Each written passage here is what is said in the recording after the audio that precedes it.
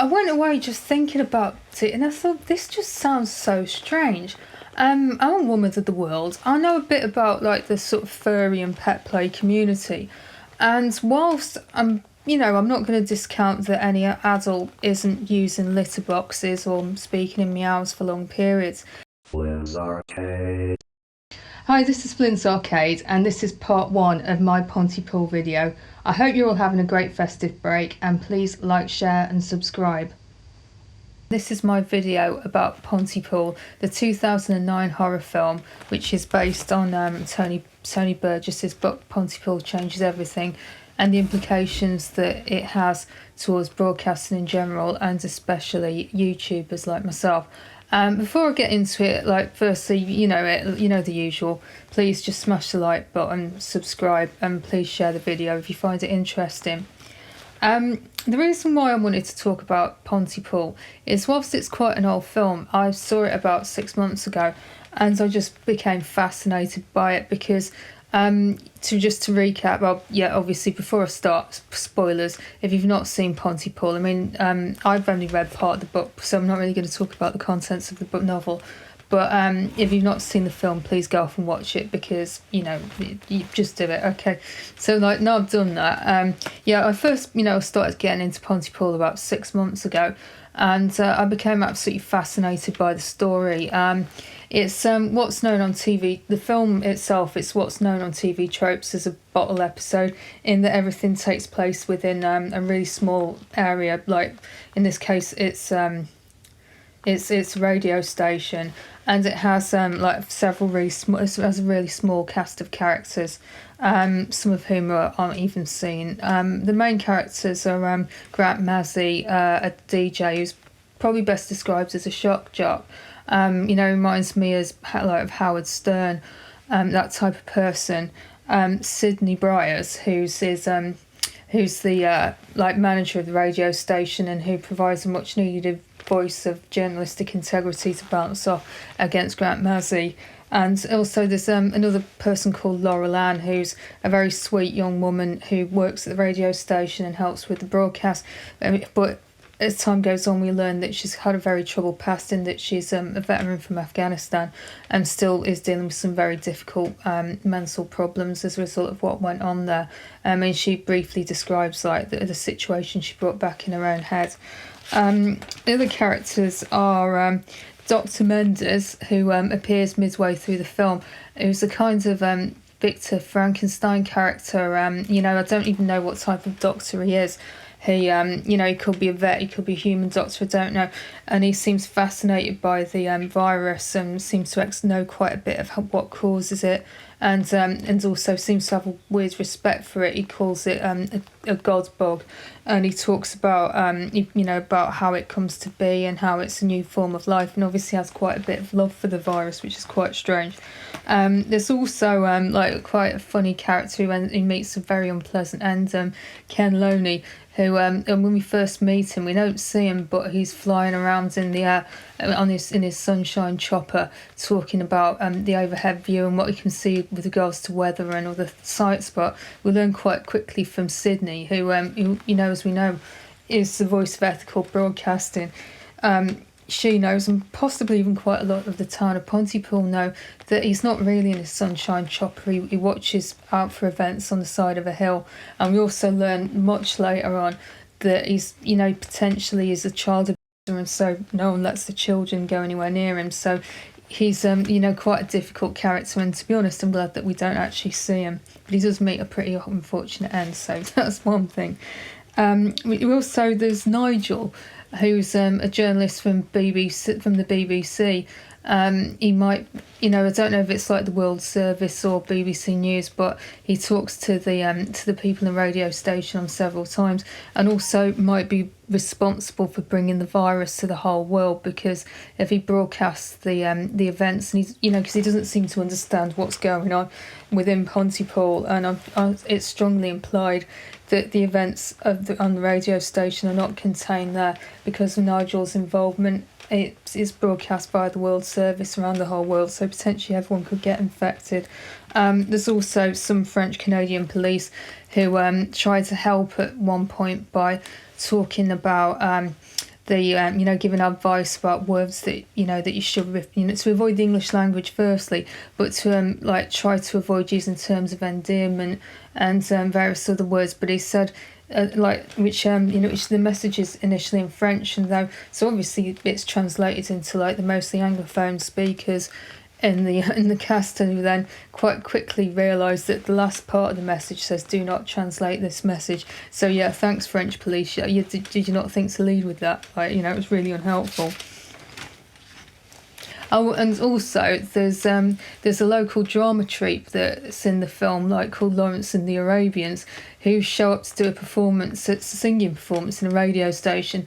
But for reasons best known to themselves, they show up in very culturally insensitive costumes, which is an interesting portrayal of what they think people from Arabia might wear. It's very bizarre and potentially incredibly offensive.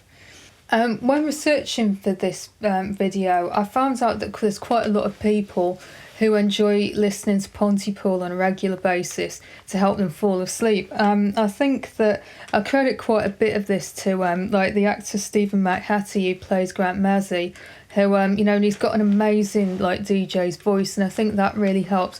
And I also think if you're anything like me, you've got a very active brain when you're trying to sleep, and it's really nice to have something quite mysterious to listen to. Because Pontypool's such thought-provoking film, it's certainly, I've actually not tried to go to sleep watching because I've watched it so much recently, but maybe in the future it might be one of my bedtime viewings. I mean, it certainly sounds like it's a good one.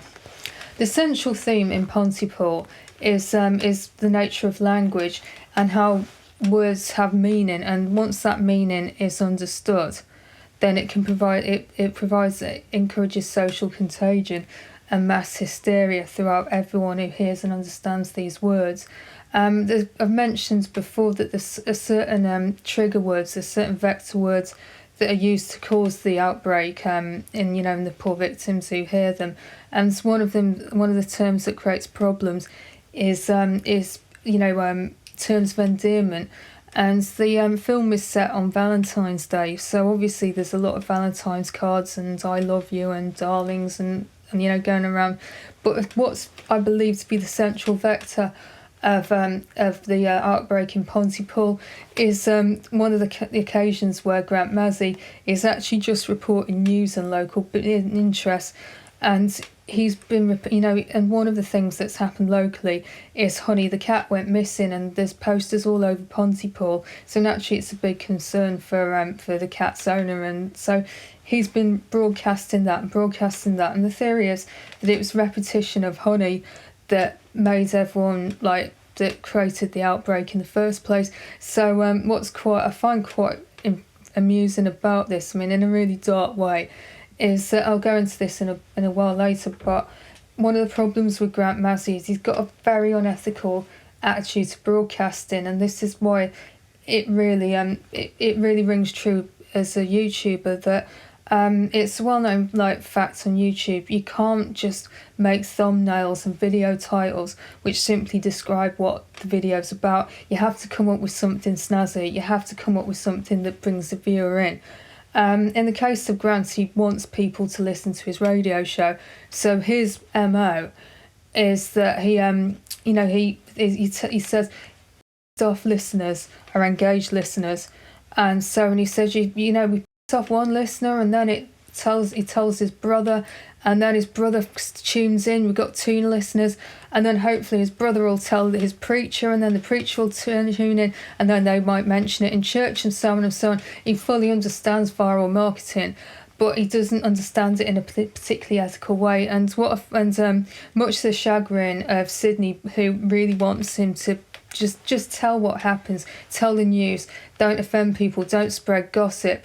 And what happens is that, but in fact, it turns out that Grant, for all his viral behaviour, it's when he was actually producing this type of content that Sydney wanted him to produce, he ended up spreading the virus that ended up wiping out most of Pontypool and potentially the whole world if Nigel at the BBC has got hold of it. Full disclosure, I listen to YouTube pretty constantly. I've got an office job, And I just find it a lot easier to concentrate on my work when I'm actually just listening to people talking. And I will listen to pretty much anything. I like listening to lots of different opinions. I like just listening to people who I think are funny. Sometimes I'll just put on a live stream just because I'm not really listening to it. I just find the voices quite comforting to listen to, and I'll tune it in and out. But I had quite a strange experience like a few weeks ago with doing this. Is I kept hearing this very strange story. I think the first time I heard it was on a live stream, and it wasn't even the person running the live stream who said it. It was just one of their viewers who just put up something in the comments box about a school. In this case, it was in the USA, who children had started meowing in classrooms. They started becoming like members of the furry community. And if you don't know what furries are, they're sort of people who enjoy role playing as different animals, and they wear fursuits and and cat ears and things like that. And and apparently in this school in the US, so then according to this person on the live stream, children had started taking it to a new extreme, and there's been using litter boxes instead of toilets, and some of the children had started to even meow rather than talk. And I just thought, that just doesn't sound right. But then I carried on with my work, and I sort of forgot about it. And then I sort of heard something mentioned again, and I can't even remember who mentioned it the next time.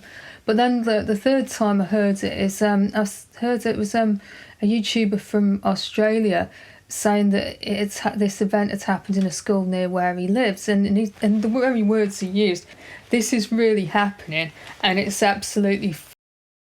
And I went away just thinking about it, and I thought, this just sounds so strange. I'm a woman of the world. I know a bit about like the sort of furry and pet play community, and whilst I'm not going to discount that any adult isn't using litter boxes or speaking in meows for long periods, it is kind of edge play, really. It's not something I can imagine is very widespread even amongst adults. So the idea that children would be doing this with the full aid and agreement of the teachers in schools in different countries, in the US and Australia, how is that even happening? So I've got a video which I'm just going to clip. I'm going to play for you now, just as an example of what I mean. It's a young woman who I believe is some sort of furry, and a conversation she's having with a friend about it. I find it very funny. And I've actually shared it a few times myself, but if you have a look at it, you can see what I mean. Babe, you know you're not a cat though, right? But I'm a cat. No, I know, but you're really not a cat. Yes, I'm a cat. I know, but you're really not a cat. I'm a pretty fucking kitty cat! Yes, you are. You're such a pretty kitty cat, baby. You're so pretty. So if you look as in the video, you'll see that whilst the woman's saying I'm a pretty fucking kitty cat, and hilariously, she's not behaving like a cat. She's very well dressed in a smart way. She's wearing makeup. She's sat upright in a car. Fundamentally, she's speaking in human language. So that's my opinion of what the mainstream, if you can call it mainstream because it's subculture, but the sort of standard furry community is like. The sort of the litter boxes, meowing things, the children thing, it just doesn't sound right to me. And I just couldn't think, where has this come from? Why is this actually happening, as the commentator said? Or is it something that everyone's just made up and it's a weird urban myth and everyone's just been repeating it? And it was just something that was in the general noise of things I was wondering about. And this was just in the back of my mind for a couple of weeks. And whilst, I got on with my life and, didn't really think a huge amount about it. But one day, however, I was making my lunch and a news story came on the BBC radio, which completely stopped me in my tracks. It was all about this, about children in schools using litter boxes and, and meowing and all of that. And it's saying that the whole thing was a hoax, and the whole thing is being reported in a school in Pontypool. And when I heard it was in Pontypool, I just nearly fell over because I thought the synchronicity was so weird that I had to make a video about it. I mean, especially because it involved cats and Honey the cat, and it was just, but also because I've been learning about mass hysteria and social contagion, partly when I was, when I decided I wanted to make a video about Pontypool, or at least considering it. And I actually thought that, that maybe this strange behaviour on the part of school children and the adults that were enabling it was an element of social contagion, because I know how people are. They hear an idea and they copy it. That's what we do. It's how we've got ahead as a species. We don't go off. We just copy each other. That's what it is human nature. We don't all have to go off and learn how to fireworks or how the wheel works every time somebody needs to do it. We just copy what's already there. So what that means is that behaviours can sort of spread through a population if people are exposed to it, and then they're influenced sufficiently and they'll keep doing it. And I thought, in the back of my mind, I thought maybe this is what had happened with all these children like engaging in fairy play in schools. However, once I realised that at this Pontypool school, that, I mean, when I say it's Pontypool, obviously in Wales, and it really exists. It's a very big town. It's like, as opposed to the small fictional town in the film. It wasn't the behaviour or the viral behaviour that was the issue, and that was the social contagion. The social contagion and virology was the fact that people kept repeating this. Well, it's a lie. It's I don't think that the people who kept sharing the story were so much liars. It was just people who weren't, fact checking, and also they didn't even know how to fact check such a strange story. Because when I was wanting to look it up, I didn't really know what to Google. I didn't want to Google children using litter boxes, because what the hell is that going to come up with? Is that something that could end up on my I don't want on my hard drive, so I didn't want to check it, because and if it hadn't been for this news story, I'd have never found out to this day. It turns out, because of the story being reported in the BBC, that it was reported via a few other news sources, and I managed to get to the bottom of where the origin of this original story came from. It turns out that it was actually on Joe Rogan's podcast, and one of his guests, because he does, I'm sure most of you know, he does these incredibly long podcasts. One of his guests mentions it. He, over the course of a 4-hour podcast, it must have slipped him by. And so when it came out that there'd been this factual inaccuracy on the podcast, then he immediately apologised as soon as he found out.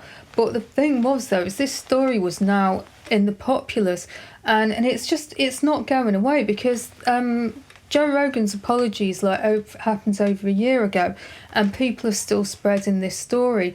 I think it'll be around forever now, because it has all the best elements of a great urban myth. It's disgusting, it's troubling, it happens in, not many people ever go in schools, because unless you're an actual pupil or a teacher, you don't go in, and unless you've got children of school age, you're probably not going to even talk to anyone or think about what's going on in your local school. So it's quite easy to be misled as to what's, by anyone who wants to tell you a tall tale about it. And I think people are going to be telling this story in person and on social media for years to come now. So that's the end of my video. I hope you enjoyed it. Please like, share and subscribe, and see you in the next video. They weren't hypochondriacs, they actually were becoming ill based on the events on this TV show. It's cool, so it means that I found out the term for that is that they developed what's known as mass psychogenic illness. So it really could happen.